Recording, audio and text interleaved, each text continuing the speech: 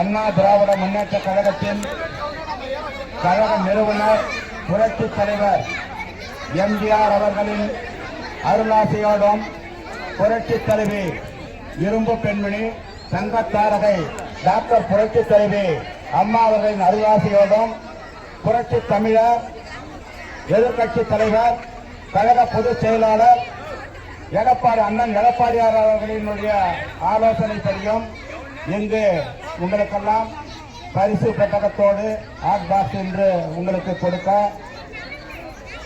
எடப்பாடியார் அண்ணன் அவர்களுடைய ஆலோசனைப்படி இங்கு கொடுக்கப்படுகிறது. மாவட்ட கழக செயலாளர் அன்பு சகோதரர் திரு பாலகிருஷ்ண ரெட்டி அண்ணன் அவர்களுடைய ஆலோசனைப்படியும் இங்கே டிஸ்ட்ரிக்ட் கவுன்சிலர் ஒன்றிய கழகத்தின் செயலாளர் அன்பு சகோதரர் ஆர்.கே. ரவிக்குமார் அவர்கள் இங்கே வந்து அந்த அவர்களுடன் கழக விசுவாசிகள் எல்லாரும் இணைந்து உங்களை எல்லாம் பார்த்து அம்மாவுடைய பிறந்த நாள் பரிசு பொருளாக இங்கு உங்களுக்கு 78வது பிறந்த நாள் பரிசு புத்தகத்தை உங்களுக்கு கொடுக்க வந்திருக்கின்றோம். அன்பு சகோதரர்களே, நமது ஆட்சி புரட்சி தலைவர்னா உங்களுக்கு எல்லாம் நல்லா தெரியும். புரட்சி தலைவர் வந்து நமது தமிழகத்திலே சிம்மாசனத்திலே அமர வைத்தது மக்களாகிய நீங்கள், தமிழக மக்களாகிய நீங்கள் தான். அதே போல புரட்சி தலைவர் அவர்கள் 6 முறை தமிழகத்தின் முதல்வராக பதவி பொறுப்பேற்று தமிழகத்தை நல்லாட்சி கொடுத்தார்கள். புரட்சி தலைவர் இந்த தமிழகத்திற்கு நல்ல திட்டங்களை கொடுத்து தமிழகமே தலைநிமிர செய்து தமிழகம் எல்லா துறையிலும் முன்னேற்றத்திற்கு காரணமாக இருந்தார்கள். அதன் பிறகு புரட்சி தலையும் பின் தொடர்ந்து நமது எடப்பாடியார் அண்ணன் அவர்கள் 4.5 ஆண்டு காலமாக சிறப்பான ஆட்சி செய்து பல நல்ல திட்டங்களை கொடுத்தார். அதாவது உண்மையிலே சொன்னா வரலாற்று சிறப்புமிக்க திட்டங்களை எல்லாம் கொடுத்தார். குடிமராமத்து பணிகள் கொடுத்தார். அது மட்டும் இல்லைங்க, 7.5% அரசு பள்ளியிலே படிப்பவர்களுக்கெல்லாம் மருத்துவர் ஆவதற்கு 7.5% ஒதுக்கீடு கொடுத்து வரலாற்று சாதனை படைத்தார். மருத்துவ கல்லூரிகளை 11 மருத்துவக் கல்லூரிகளை உருவாக்கி கொடுத்தார். நம்ம எல்லாம் உண்மையிலே சொன்னா இந்த திமுக ஆட்சி வந்து தயவு செய்து அவர்களுடைய தீய சக்தியை ஒழிக்க வேண்டும் என்பதற்காக ஒரே காரணத்துக்காக தான் புரட்சி தலைவர் அவர்கள் இந்த அனைத்து இந்திய அண்ணா திராவிட முன்னேற்ற கழகத்தை ஆரம்பித்தார். அது கூட நிறைய மக்கள் எல்லாம் எல்லாருடைய வேண்டுதலையும் கேட்டு மக்கள் விசுவாசிகள் எல்லாம் கட்சியை ஆரம்பிக்க சொல்லி அவர் ஆரம்பித்து இன்றளவும் தமிழகத்திலே உலகமே திரும்பி பார்க்கும் அளவு நல்ல திட்டங்களை கொடுத்தது புரட்சி தலைவர் அவர்கள். மருத்துவத்துக்காகவும் விவசாயிகளுக்கு யூரியார் பட்டாலும் கொடுத்தது புரட்சி தலைவர் தான். அதே மாதிரி சத்துணவு திட்டம் சிறப்பான திட்டம்.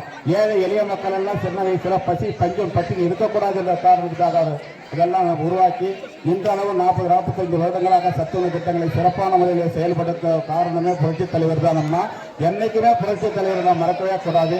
அதே போல நமது தொகுதி ஒசூர் தொகுதி நம்ம தேவாநகர்னாவே அதிமுகவுடைய விசுவாசிகள், அன்பு தாய்மார்களே, என் அன்பு சகோதரர்களே, நீங்கள்லாம் உண்மையிலே விசுவாசிகளாக அனைத்து இந்திய அண்ணா திராவிட மட்டும்தான் நம்முடைய தேவைகளை பூர்த்தி செய்து நமக்கெல்லாம் படிப்படியான முன்னேற்றங்களை கொடுத்து ஒரு சிறந்த கட்சி. அன்பு சகோதரர் அவர்கள் பாலகிருஷ்ண ரெட்டி அவர்கள் தீமங்கலம் பெங்களூர் ஊராட்சியை சேர்ந்த தீமங்கலம் நமக்கு அவர் வந்து இரட்டை இலை சின்னத்தில் வேட்பாளராக போட்டியிட இருக்கின்றார். அவருக்கு பெருவாரியான வாக்கு வித்தியாசத்திலே தயவு செய்து சிந்தாமல் சிதறாமல் எல்லோரும் உங்கள் பொன்னான வாக்குகளை இரட்டை இலை சின்னத்திலே வாக்களியுங்கள். நமக்கு மென்மேலும் இந்த தமிழகத்தின் முன்னேற்ற பாதைக்கு 10 வாக்குறுதிகளும் திரும்ப இன்னும் வாக்குறுதிகள் நிறைய கொடுத்திருக்கிறாரு. உங்களுக்கெல்லாம் இப்ப டிஸ்ட்ரிக்ட் கவுன்சிலர் இந்த தேர்தல் வாக்குறுதிகளை அவர் வந்து உங்களுக்கெல்லாம் சொல்லுவாரு. அக்கா அன்பிற்கு நமஸ்காரம். அக்கா நமஸ்காரம். அக்கா அந்தரும் எல்லாருக்கும் வணக்கம். எல்லாருக்கும் மாலை வணக்கம். நீங்க அம்மா அவர்கள் மகளிருக்காக மகளிர் நலனுக்காக பாடுபட்டு உழைத்து உங்களை முன்னேற்ற பாதையில் கொண்டு வர வேண்டும் என்று ஒரே எண்ணத்தில் உழைத்து மறைந்த அம்மா அவர்கள் உங்களுக்காக வாழ்ந்தவர். அம்மா என்றால் நீங்க தான். நீங்க எப்படி உங்க குடும்பத்தை நல்ல பாதையில் இழுத்துட்டு போறீங்களோ அதே மாதிரி அம்மாவும் இழுத்துட்டு போனாங்க. நம்ம உங்க லேடிஸ் எல்லாம் உங்க கால் மேல நிக்கணும்னு பாடுபட்டது ஒரே அம்மா புரட்சி தலைவி அம்மா அவர்கள். அவருக்கு என்ன செஞ்சுட்டு இருக்காங்கன்னா, நம்ம தமிழ்நாட்டில் முன்னேறணும்னா வளர்ச்சி பாதையில் கொண்டு போனோம்னா லேடிஸ வீட்டுல முன்னேற்றணும், அவங்களுக்கு நல்ல பாதையில கொண்டு வரணும்னு புரட்சி தலைவர் அம்மா உங்களை மென்மேலும் வளர்ச்சி படுத்தணும்னா அம்மா அவங்க படிக்கிற குழந்தைங்களுக்கு லேப்டாப் கொடுத்தாங்க. வீட்டுல மகளிர் முன்னேறலான்ட்டு கோழி வளர்ப்பு கொடுத்தாங்க. அதே போல ஆடு மாடு கொடுத்தாங்க. இதுக்கெல்லாம் என்ன இருக்குன்னா நம்ம முன்னேற்ற பாதைக்கு வீட்டுல ஏதாவது ஒரு வேலை பண்ணி அவங்க கால் மேல கால் நிற்கலாம்னு அம்மா ஏற்பாடு பண்ணியிருந்தாங்க. அதே மாதிரி இப்ப நம்ம அதே போல எடப்பாடியார் அவர்கள் வருங்கால முதல்வர் 26 முதலமைச்சராக பதவியேற்கும் அண்ணன் எடப்பாடியார்கள் வாக்குறுதி கொடுத்திருக்காங்க. என்ன வாக்குறுதினா இந்த திமுக ஆட்சியில 1000 ரூபாய் கொடுத்துட்டு இருக்காங்க. பாதி பேருக்கு வருது, பாதி பேருக்கு வரல. எல்லாருக்கும் வருதாக்கா? எல்லாருக்கும் வருதா? இங்க இருக்கவங்களுக்கு எல்லாம் வரல. ஆனா அவங்க கொடுத்த வாக்குறுதி என்ன? எல்லாருக்கும் கொடுக்கறோம்னு சொன்னாங்க. அப்புறமா கார் இருந்தா கொடுக்க மாட்டோம், மோல்டு வீடு இருந்தா கொடுக்க மாட்டோம், வீட்டு முன்னாடி 2 வீலர் இருந்தா கொடுக்க மாட்டோம், வீட்டுல ஒரு மாடு இருந்தா கொடுக்க மாட்டோம், கண்ணுக்குட்டி இருந்தா இந்த மாதிரி ஏதோ சொல்லிட்டாங்க. தப்பான வாக்குறுதியை கொடுத்து இப்ப 5 வருஷம் 4.25 வருஷம் ஆட்சி செய்து திமுக.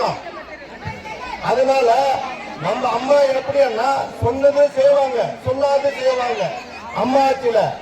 அந்த மாதிரி இப்ப நம்ம வருங்கால முதல்வர் அண்ணன் எடப்பாடியார் என்ன சொல்லியிருக்காருன்னா எல்லா ரேஷன் கார்டுக்குமே எல்லா டோட்டல் எத்தனை ரேஷன் கார்டு இருக்குமோ எல்லா ரேஷன் கார்டுக்குமே ரேஷன் கார்டுக்கு 2000 ஒரு ரேஷன் கார்டுக்கு 2000 கொடுக்குற மாதிரி சொல்லியிருக்காரு. அதே மாதிரி இவங்க என்ன பண்ணிட்டாங்க திமுக காரங்க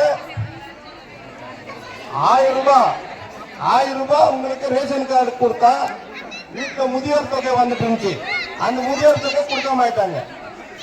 வயசான ஆளுக்கு முதியோர் தொகை அவங்க நிப்பாட்டிட்டாங்க. வீட்டுல புருஷன் இறந்துட்டு இருப்பாங்க, அவங்களுக்கு கொடுத்துட்டு இருந்தாங்க, அவங்களுக்கு நிப்பாட்டிட்டாங்க.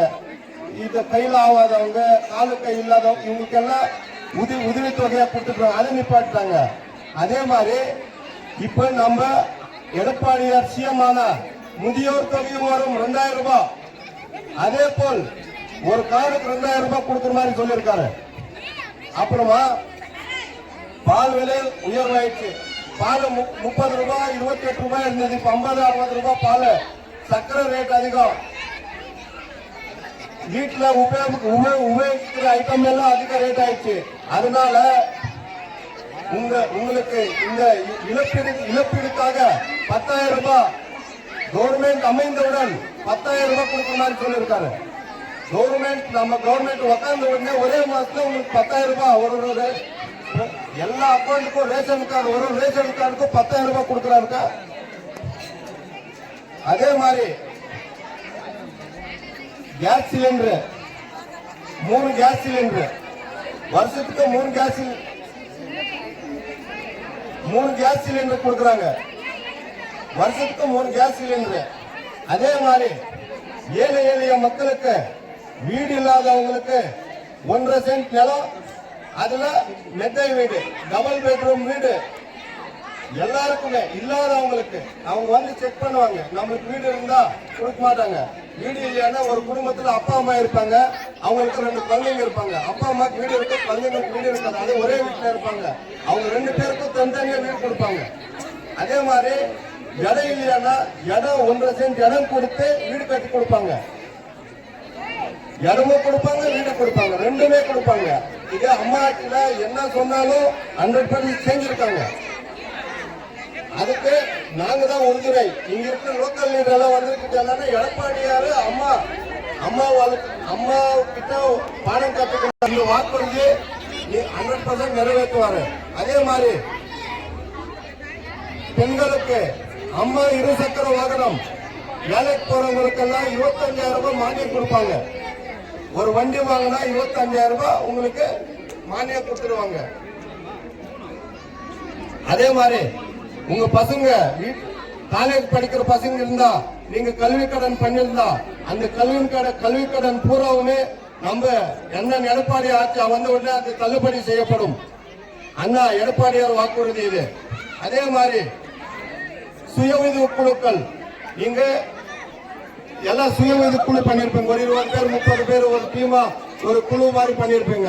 அதுல 1 லட்சம் ரூபாய் 2 லட்சம் ரூபாய் 3 லட்சம் ரூபாய் இப்படி கடன் கொடுப்பாங்க. அந்த கடனை வாங்கி உங்களுக்கு வட்டியே இல்லை. வருஷத்துக்கு ஒரு வாட்டி ரினிவல் பண்ணணும், அவ்வளவுதான். ரினிவல் பண்ணிட்டு அந்த பணத்துக்கு வட்டி இல்லை. நீங்க உங்க வளர்ச்சி பாதையில நீங்க ஏதாவது டெய்லரிங், வீட்டுல ஏதாவது பிசினஸ் ஏதாவது பண்ணிக்கிற மாதிரி அம்மா ஆட்சியில அது ஒரு வாக்குறுதி. அதே மாதிரி 100 நாள் இந்த ஏரி வேலைக்கு 100 நாள் வச்சிருந்தாங்க. அது 150 நாளா எக்ஸ்ட்ரா பண்ணிருக்காங்க. இது 150 நாள் 100% எல்லாருக்கும் கொடுப்பாங்க. இது எல்லாம் நாங்க ஏதோ இன்னைக்கு எலெக்ஷன் வந்துச்சு, இன்னொரு 2 மாசத்துக்கு வரல. அம்மா ஆட்சியில எப்பவுமே தேடிட்டு வந்து பண்ணுவாங்க. எல்லாம் உங்களுக்கு எல்லாம் தெரிஞ்சிருக்கும். அம்மாவை அண்ணாவே உங்களுக்காக வாழ்ந்த அம்மா, நம்மளுக்காக தமிழ்நாட்டுக்காக வாழ்ந்தவங்க. அதனால நீங்க எல்லாரும் ரெட்டையிலுக்கு வாக்கு போடுறீங்களாக்கா?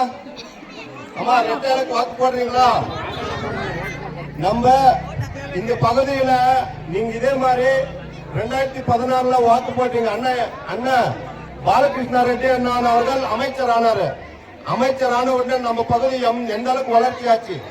Road, train, street light, main road, Hosur road எல்லா ரோடுமே ட்ரெயின் ஆச்சு. ரோடு எல்லாம் ரெடி பண்ணி கொடுத்தாரு. சாலை வசதி பண்ணி கொடுத்தாரு. சாக்கடை வசதி பண்ணி கொடுத்தாரு. அதனால லோக்கல்ல நம்மளுக்கு அண்ணா பாலகிருஷ்ண ரெட்டி எல்லாருக்கும் தெரியும் தானே அக்கா? எல்லாருக்கும் பாலகிருஷ்ண ரெட்டி என்ன தெரியும் தானே? ஏன்னா இதே கீமங்கலத்துக்கிட்ட இருக்கிறது 4 கிலோமீட்டர் அவங்கள பார்க்கலாம். இப்ப இருக்கிற எம்எல்ஏ எத்தனை பேர் பார்த்திருக்கீங்க? ஆனா இப்ப இருக்கிற எம்எல்ஏ எத்தனை பேர் பார்த்திருக்கீங்க? யாராவது பார்த்திருக்கீங்களா? இப்ப இருக்கிற எம்எல்ஏ பார்த்திருக்கீங்களா? பார்க்கல தானே? அதே மாதிரி இந்த வாட்டி அவங்க இன்னும் போய் போன வாட்டி 530 வாக்குறுதி சொல்லி பொய் பிரச்சாரம் பண்ணி வாக்கு வாங்கி அவங்க இதுக்கு வந்துட்டாங்க. கவர்மெண்ட் ரெடி பண்ணிட்டாங்க. இப்ப நம்ம கவர்மெண்ட் 100% முன்னேறும். உங்களுக்கு எல்லாம் வளர்ச்சி பாதை ஏற்பாடு பண்ணி கொடுக்கும். சரிக்கா? ஓட்டு போடுறீங்களாக்கா? ரெட்டையிலுக்கு போடுவீங்களா அக்கா? 2வது போட்டு வேஸ்தாரா?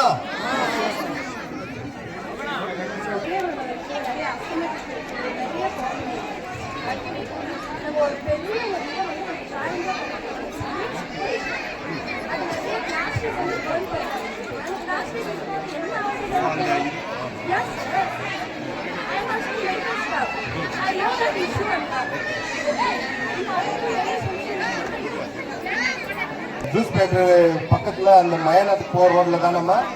இப்போ அது ஆல்ரெடி சொல்லியிருக்காங்க அந்த இடம் மாற்றணும். ஏன்னா ஊர் எல்லாம் முன்ன சின்னதாக இருக்கும்போது அங்கே போட்டாங்க, ஒன்றும் இஷ்யூ இருக்கல. இப்போ ஊர் பெருசாயிடுச்சு. இப்போ அந்த ஏரியாவில் எடுத்து வெளியில் ஏதாவது அந்த ஆளுங்க இல்லாத ஏரியாவில் போடுற மாதிரி 100% நாங்கள் உங்களுக்கு வாக்குறுதியாக சொல்கிறோம். 100% ஆமாங்க. 100% இப்போ மக்கள் தொகை ஜாஸ்தி ஆயிடுச்சு. இப்போ அங்க பர்னிங் பண்ணா எல்லாம் நம்ம ஜீவா நகர் அந்த என்ன ஆகுதுன்னா அங்க நெருப்பு போடுறோமா அந்த புகையெல்லாம் இப்படி வந்து மூக்கில் எடுத்து எல்லாருக்கும் 100% பண்ணி கொடுக்கணும்.